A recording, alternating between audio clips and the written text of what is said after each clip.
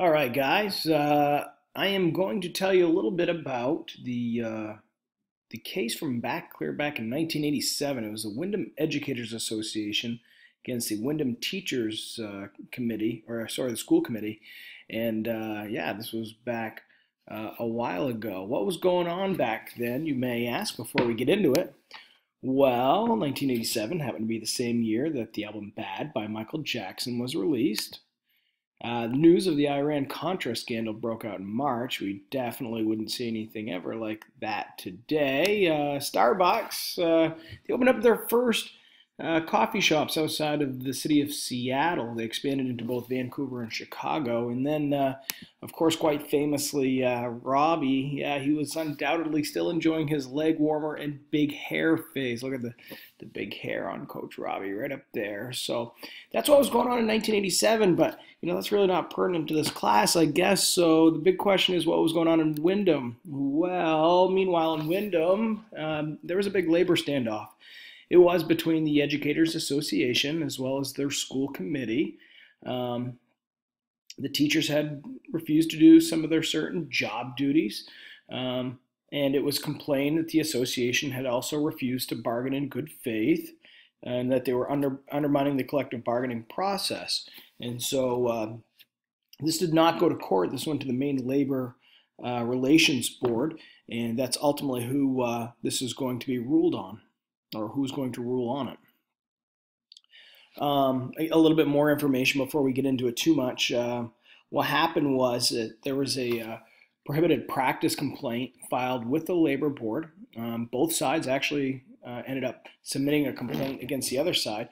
What the association said is that the school had threatened to suspend classes. They issued letters of reprimand to teachers that they felt were inappropriate.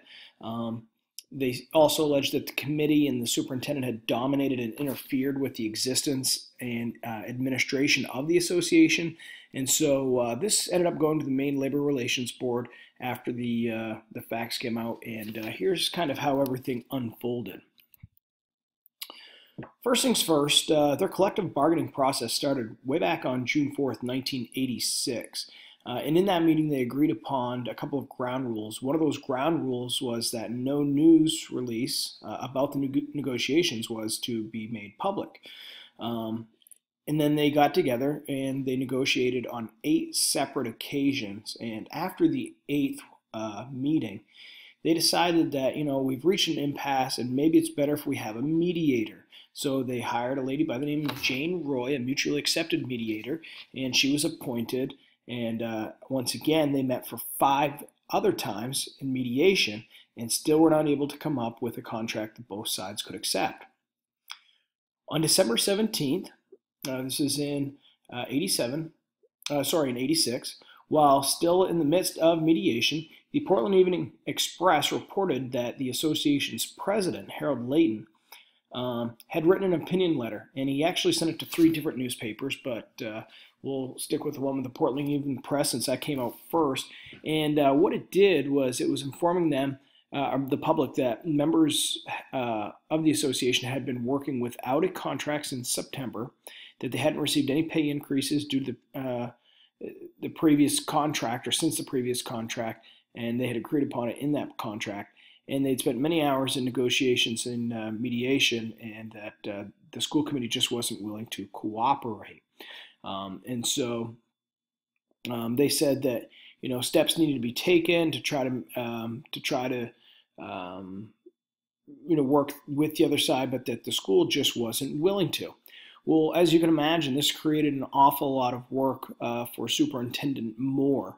He started receiving inquiries not only from some teachers, whether they were in the association or not, but especially from parents, community members, and reporters calling and saying, what's the problems going on in your district? Why can't you guys resolve? You've met 13 times, you've had mediation. Can you explain to me what your side of the story is? And Superintendent Moore said he could not, because they had set ground rules saying that they wouldn't discuss it. And even though the other side had started publicly discussing what was going on, he would not do it. But he was clearly not happy about the breach of the association making some of the information public. In late December, or early January. It's unknown because the letter was undated. The president of the association, Mr. Layton, once again sent a letter addressed to dear colleague to all teachers throughout the district. And the letter placed all of the blame for the slowness of their progress during the negotiations strictly on the committee and the superintendent. He said it had nothing to do with him. The letter also made very disparaging references to the attorney that was used by the committee, who sat in on some of the negotiations as well. And so, this definitely set off an alarm for the school committee. The association then notified the principals of each of their district's 4 schools that this is what was going to happen since they were at an impasse.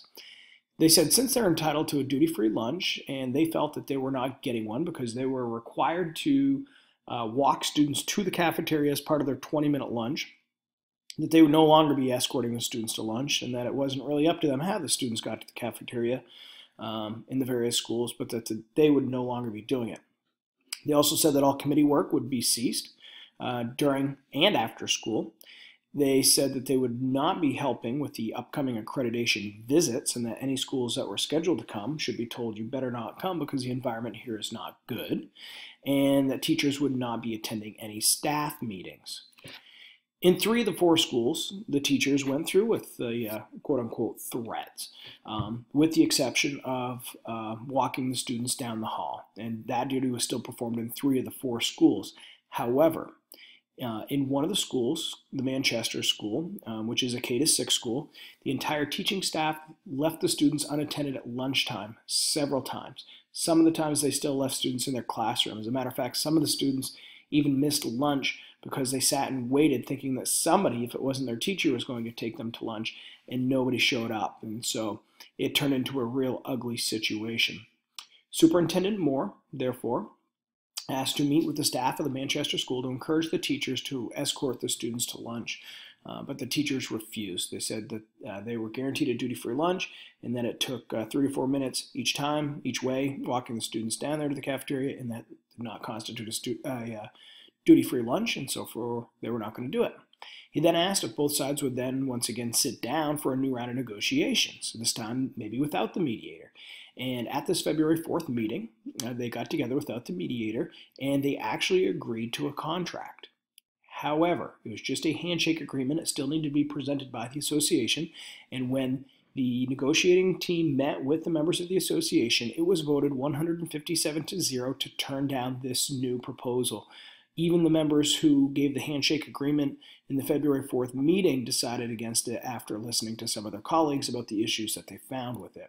So on February 11th, the superintendent, Mr. Moore, decided to attend a faculty meeting at 1 o'clock in the afternoon, and he informed the staff that if they did not agree to resume their duties, he was going to first suspend all classes, he would then suspend their pay, and he would also send them an official letter of reprimand, which would go on their official record.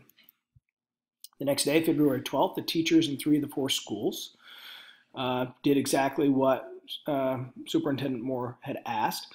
They stayed with the students and brought them to lunch and waited with them, one or the other, in the hall until an aide came. However, once again, it was at the Manchester School that most of the teachers, once again, left the students unattended at lunchtime. Superintendent Moore then decided to suspend all classes at the Manchester School. He sent a letter of reprimand to all teachers. He sent a letter home explaining to parents what was going on, and the school stayed closed for the next 2 days, which happened to be the last 2 days right before the February break, the Thursday and Friday, directly before February vacation. When classes resumed on Monday, February 3rd, the association officially notified the district that teachers at all of the schools would resume walking these students to lunch, but they would not resume any of their other duties. In addition, they would not accept any pay deductions for the Manchester School teachers that refused to walk their students to the class on that Thursday and Friday when the school was closed. They felt that those teachers should still be paid. And they also said that if those 2 days were forced to be made up, then the teachers at the Manchester School, those staff members, expected to be compensated for 2 extra days of work. And so this was at the point where it went to the Maine Labor Relations Board, and you can tell that this was a very ugly situation. In the end, this is a judge. This did not go before a judge, but I couldn't find a picture of a Labor Relations Board, so it was determined after considering all the information by the Labor Relations Board, that while teachers should have the expectation of a duty-free lunch, they were also obliged to help monitor the students, and they were no longer able to leave them unmonitored without the expectation of reprimand. The board also said that teachers were uniquely qualified to participate in the district's assessment process, therefore they were obliged to or obligated to help out with the accreditation process. The Labor Relations Board also determined that because the committee coerced the district into a work stoppage, that the association had failed to bargain in good faith. And regarding the loss of pay for the work stoppage days, the Labor Relations Board decided not to rule on that because they said at that point no wages had been garnished. It was just expected that the teachers would work 2 days at the end of the year without pay.